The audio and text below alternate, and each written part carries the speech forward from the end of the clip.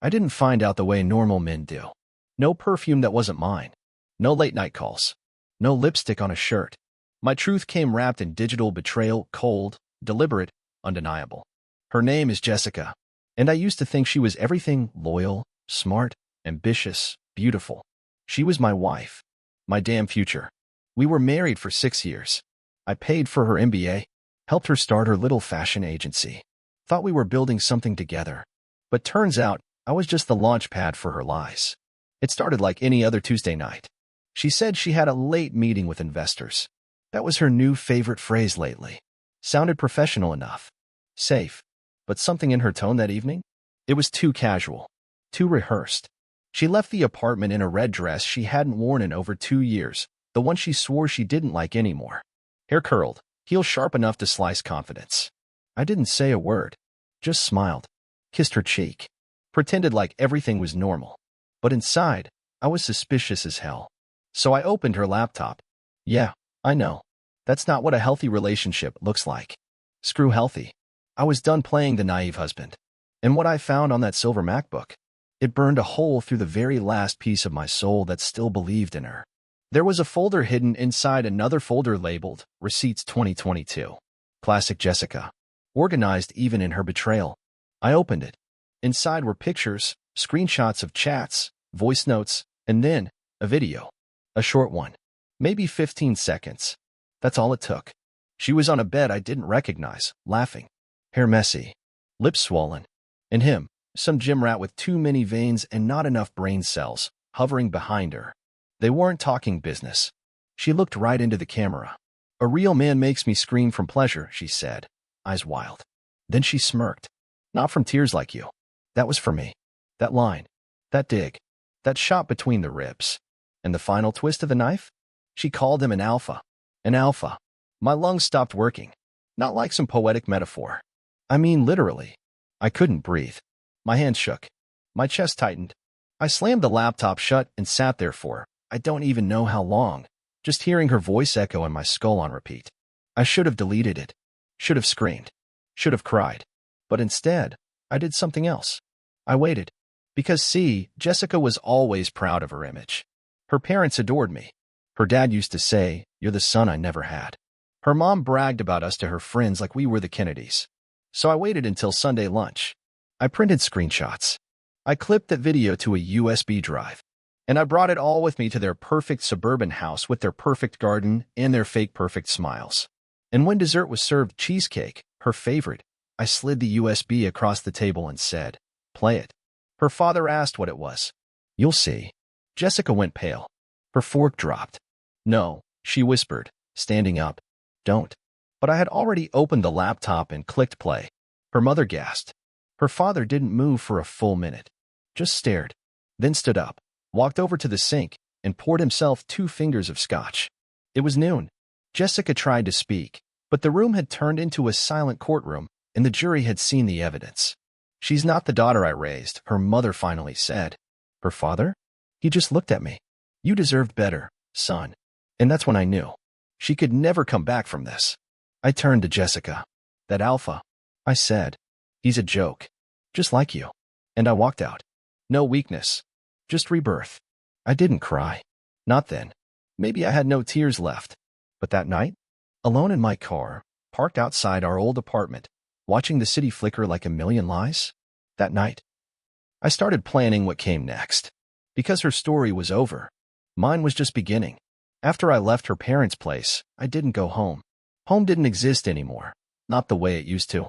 Our apartment was just walls and lies now. So I drove. No destination, no map. Just me, the hum of the engine, and my heartbeat punching my ribs. Every red light felt like a dare to turn back. But I didn't. I couldn't. Something had cracked open in me the moment I heard her say those words on that video. "A real man makes me scream from pleasure, not from tears like you." Over and over. That line, it wasn't just betrayal. It was war. I ended up at my brother's place. Ryan. Younger than me, cocky as hell, but loyal like a dog.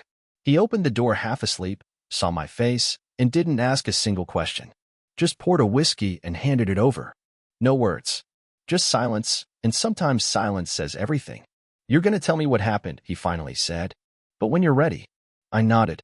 Took a sip. The burn felt good. Real. Unlike the 6 years I spent with Jessica. The next morning, the dam broke. I told Ryan everything, from the weird excuses to the video to her parents' living room turning into a battlefield.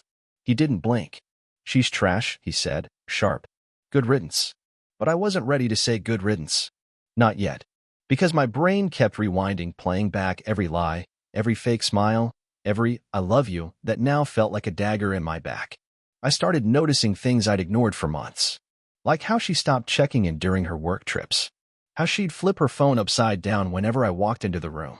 How she once came home wearing perfume I hadn't smelled before, said it was a tester from a client. That was a lie. Just like everything else. But the worst part?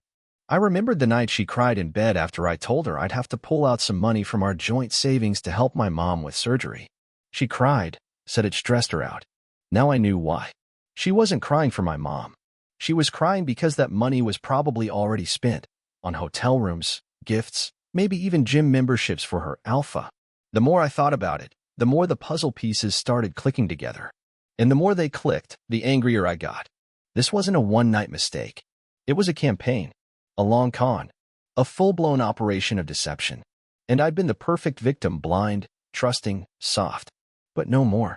I started digging. Messages. Photos. Receipts. I turned into a damn detective. Ryan helped.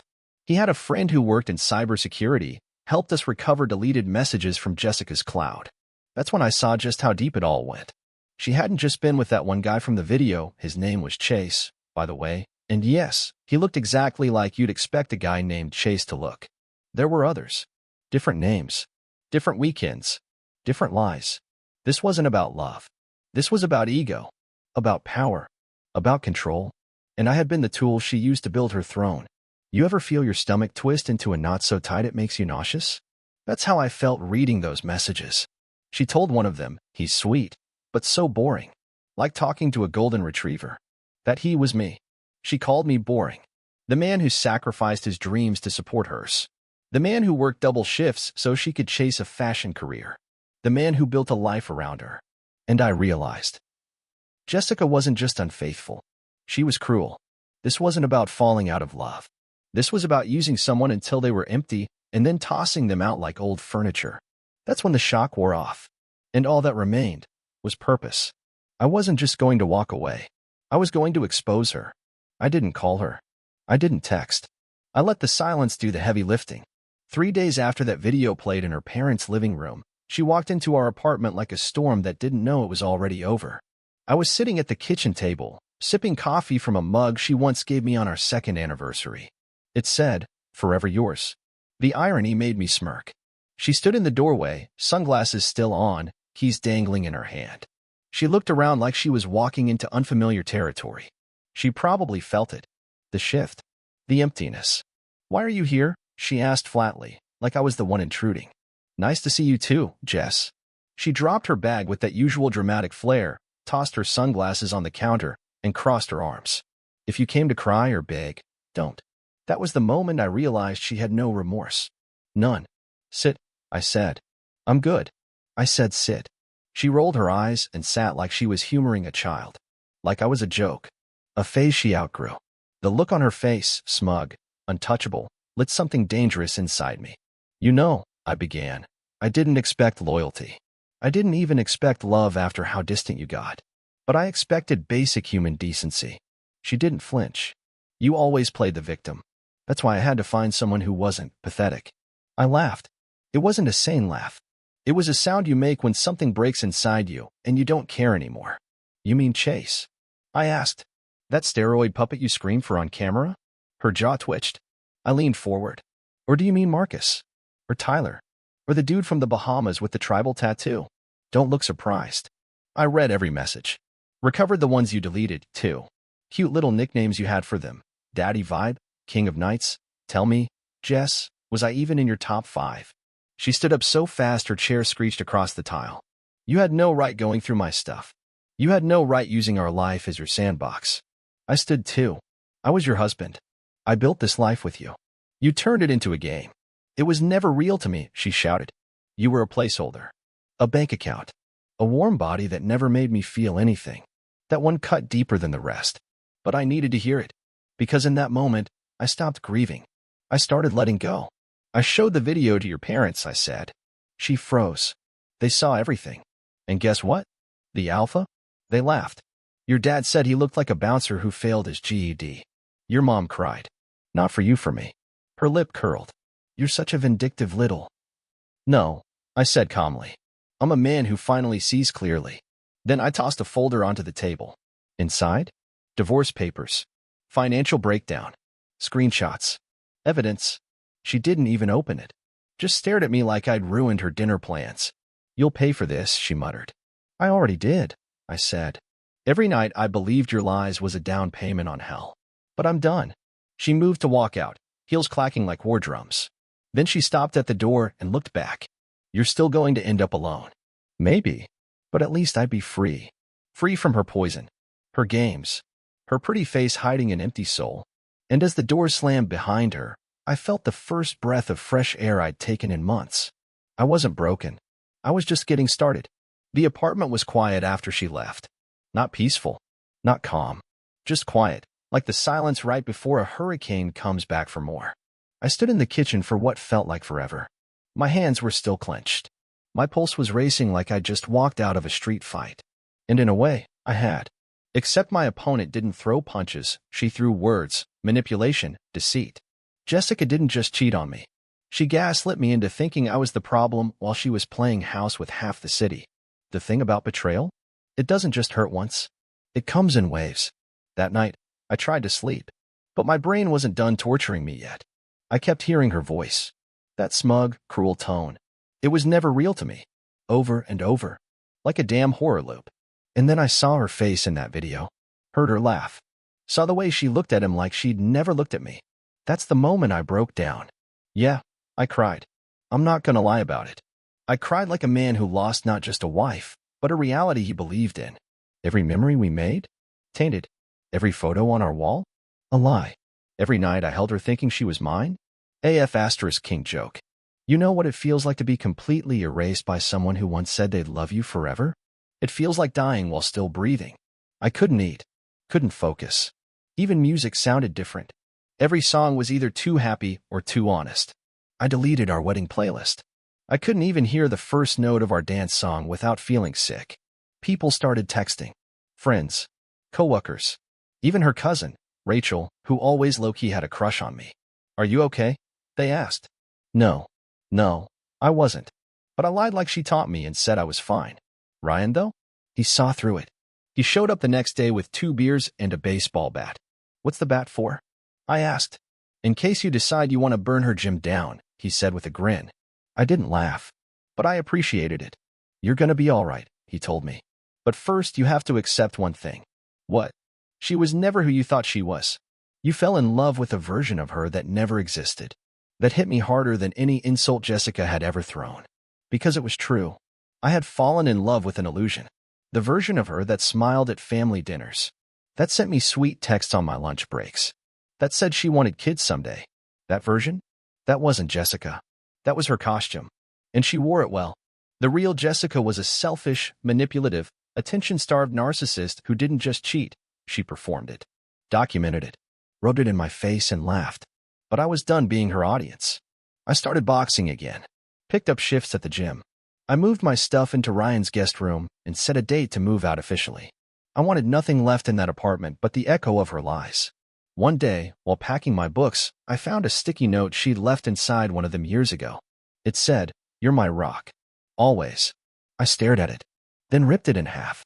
Then again, and again, until it was confetti in my hand. Because I wasn't her rock. I was her staircase. And she climbed me just high enough to feel superior, then jumped off. But I was no longer the man who stood still while someone else climbed. I was done being steady. I was ready to rise. Alone, maybe, but no longer a victim. After Jessica walked out for the last time, it wasn't just about healing anymore. It became a mission. Revenge? Maybe, but not the kind you see in movies. No screaming in the rain, no slashing tires or hacking her socials. That would have made me look just as small as her. No, I wanted to destroy her where it hurt the most. Her image. Because Jessica lived for perception. She didn't just want to be loved, she needed to be admired. Her whole identity was built on this lie that she was classy, refined, a boss woman who had it all. She posted couple pics like we were soulmates, captioned them with crap like, "Real love looks like this." Meanwhile, she was bouncing between dudes like a ping-pong ball at frat night. So I started collecting screenshots, messages, receipts, every fake hotel invoice she accidentally emailed me. All of it. And once I had the folder built, beautifully labeled Queen Snake, I knew what I had to do. I sent it to her boss. Yeah, that's right. Jessica worked in PR. Image was everything in that world. She built reputations for a living. But no one hires a reputation manager who can't even keep her own name clean. Especially not when one of the men she was sleeping with was a client. That little detail? Front and center in my email to her CEO. A day later, she was suspended. 2 days later, she was fired. Of course, she texted me furious. "Jessica, are you serious? You're ruining my life over one mistake." Me. You didn't make a mistake. You made a career out of betrayal. Jessica, you're just bitter. This won't fix you. Me. No, but it'll clear the path. She never texted again. But people started talking. Turns out, I wasn't the only one she'd fooled. One of her ex-friends, Lauren, reached out to me on Instagram. Said Jessica once bragged about having her husband on a leash. Said she laughed about how easy I was to manipulate. I asked Lauren, "Why are you telling me this now?" She replied, "Because she burned me too. Thought she was untouchable. Nobody is untouchable." And Jessica? She was finally feeling the fall. I kept it all quiet. No social media rants. No dramatic speeches. I didn't need the world to know I'd been cheated on. I just needed her to know I wasn't weak anymore. But revenge doesn't come without a cost. There were nights I still woke up sweating. Still felt like I could hear her whispering in the dark. Still smelled her perfume in empty rooms. It wasn't love. It was trauma. There's a difference. And learning that? That's what changed me. I started therapy. Yeah, the real kind. Not just grab a beer and talk to your bro. I sat on a couch, told a stranger everything. How I stayed too long. How I ignored the signs. How I blamed myself. And the therapist looked at me and said, "You didn't fail. You just loved someone who never knew what love was." Those words hit harder than anything Jessica ever said. Because deep down, I knew she was broken long before I met her. But I thought I could fix her. Turns out, you can't rescue someone who wants to drown. All you can do is swim for your life and never look back. So I did. I started sleeping again. Eating. I bought a dog, a pit bull named Diesel. Strong. Loyal. Nothing like Jessica. And for the first time in months, I felt human again. Not because she was gone, but because I was finally choosing me. It's funny how your brain plays tricks on you after a heartbreak.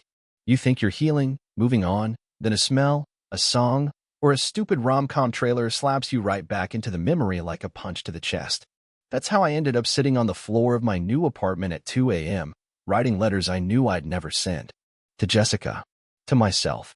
To the version of me that once believed in her. Letter 1. Jessica. I hope one day you understand what you destroyed. Not just a relationship. Not just trust. But a future.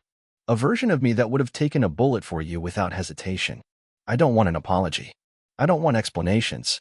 I just want you to feel, for 1 second, the emptiness you left behind. But you won't. Because people like you don't feel. They take. Letter 2.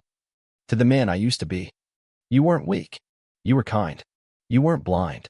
You were loyal. Stop blaming yourself for her lies. Stop replaying every moment trying to spot the red flags. They were there, yes, but love makes you see hope, not warnings. And that's not your flaw. That's your strength. You still believed in love. Even when it slapped you across the face. I never mailed them, but I needed to write them. Because the truth is, closure doesn't come from the person who hurt you. It comes from the mirror. From facing yourself. From accepting that sometimes, the villain of your story was wearing your favorite perfume. Around that same time, my phone buzzed with a number I didn't recognize. It was her mother. Yeah, her mom. At first, I thought it was a butt dial. But then I heard the hesitation in her voice. "Michael. I just wanted to say. I'm sorry." I stayed silent. She's not the girl we raised," she continued. "Her father won't even speak her name anymore." I didn't know what to say to that. Part of me wanted to scream, "You raised her." But instead, I just exhaled. She threw away something sacred, her mom whispered. "We loved you like a son." "Still do." "I'm not your son," I said gently. Silence. Then, a quiet, broken, I know. She hung up. I sat there for a long time after that. Not angry. Just tired. Because I realized something no one really warns you about when you survive betrayal. It doesn't just destroy the relationship. It destroys entire ecosystems around it. The Sunday dinners. The inside jokes. The shared holidays. Her family wasn't perfect, but they were part of my life. And now? Just collateral damage and her little war for excitement. I looked around my apartment. It was still bare. A mattress on the floor. A desk. Diesel sleeping in the corner, snoring like a chainsaw. But it was mine. No shared closet. No ghost of her perfume. No fake laughter behind fake promises. Just me, rebuilding. Brick by brick. Some nights were still hard. I'd catch myself wondering if she ever cried about me. If her smile ever cracked when she passed our old coffee spot. If Chase, or whatever loser she'd moved on to, had started cheating on her yet. I'd like to say I didn't care. But I did. Until I didn't. Because each day, her shadow faded. And mine? It grew stronger. Not darker. Just real. Because for the first time in years, I wasn't performing for someone else's approval. I was just living. And damn, it felt good. You'd think that after everything, after the video, the lies, the humiliation, she'd disappear from my life for good. Fade into the past like a nightmare you eventually forget. But Jessica wasn't built like that. She didn't believe in letting go. Not when it meant she lost control. And she definitely didn't believe in me being okay without her. So she showed up. Unannounced. A knock on my new apartment door, middle of the day. I opened it without checking the peephole, expecting maybe Ryan or a delivery. But there she was, wearing white. Of all the damn colors. Her hair was curled like the first time we met. She even wore the same lipstick I once told her was my favorite. And her eyes? Wet. Weaponized. Michael, she said, like it still meant something. I didn't say a word. She held up a paper bag. I brought pastries. From that French place you loved. I just stared at her. I couldn't believe she still thought this was a movie. That she'd walk back in, hand me a croissant, and we'd fall into some kind of tragic, passionate forgiveness. You need to leave, I said. She stepped forward. Just 5 minutes. Please. I let her in. Not because I wanted to. Because I needed to see how far I'd come. She walked around like she belonged there. Took in the walls. The dog bed. The unframed photo of my parents on the shelf. You look stronger, she said. I was. She sat on the edge of the couch like it was her place. I stayed standing. I messed up, she started. You know I did. But I've been doing therapy. Real therapy. I'm not who I was. I raised an eyebrow. Which version are we talking about? The one who cried during vows, or the one who filmed herself giggling in bed with Chase? Her mouth twitched. That was cruel. But I was hurting. You shut down, Michael. You stopped seeing me. There it was. The deflection. The rewrite. The excuse. No, I said calmly. I stopped seeing the illusion. I stopped pretending you were still the woman I fell in love with. She bit her lip, a tear sliding down her cheek. I miss you. Do you? I asked. Or do you miss what I gave you? Stability. Reputation. Forgiveness. She didn't answer. I walked over to the door and opened it. Diesel stood up, sensing the energy shift. He didn't bark. He never did. He just stared at her, like he knew who she was. Jessica stood up slowly. Looked at the door. Then at me. I didn't think it would hurt this much, she whispered. I looked her dead in the eyes. Pain teaches you what comfort never could. She stepped outside. But before I closed the door, she turned back. I hope someday you'll forgive me. I already did, I said. But I'll never forget you. Click. Door shut. Final. I leaned against it, heart pounding. Not from love. From adrenaline. Because I wasn't angry. I wasn't sad. I wasn't anything she expected. I was whole. For the first time in years, I was standing in my own story, not hers. And that chapter? It was done. Burned. Buried. No epilogue. Jessica was a ghost now. And I was alive. 6 months later, I barely recognized the man in the mirror.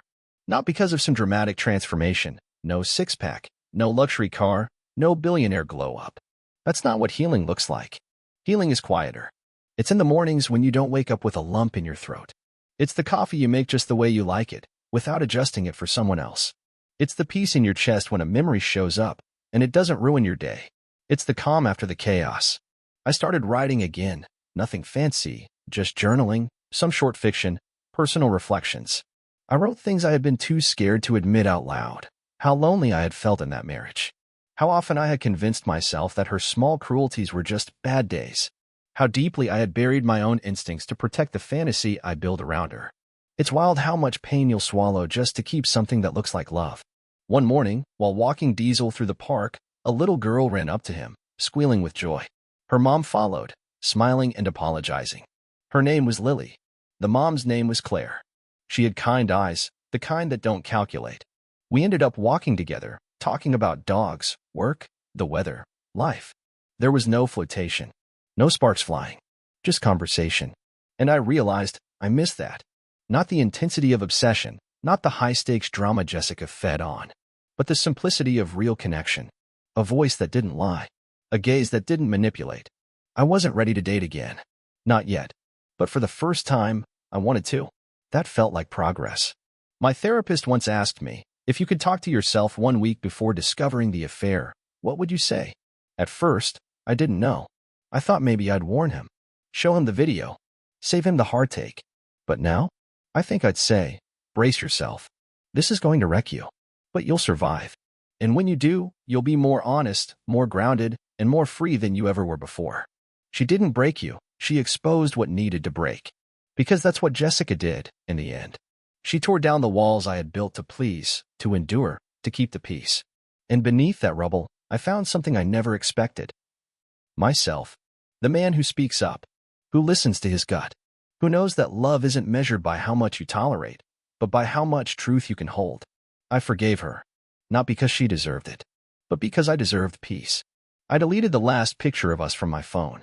Not out of hate, but out of acceptance. That chapter served its purpose. It hurt, but it woke me up. It scarred me, but it shaped me. And now? Now I live on my terms. I cook for one without feeling lonely. I laugh without second-guessing myself. I cry when I need to, without shame. I am not defined by betrayal. I am defined by how I rebuild after it. If you're reading this and you've been there, left in the ashes of someone else's lies, hear this. You're not broken. You're not weak. You're not too much or not enough. You were just loving the wrong person. And one day, you'll love again. But more importantly, you'll love yourself better. Because the real rebirth isn't about starting over. It's about finally becoming who you were always meant to be, unapologetically, fearlessly, fully. And as for Jessica, she'll always be the girl who burned the house down. But I'll always be the man who walked out of the fire. Still standing. Still breathing. And never going back.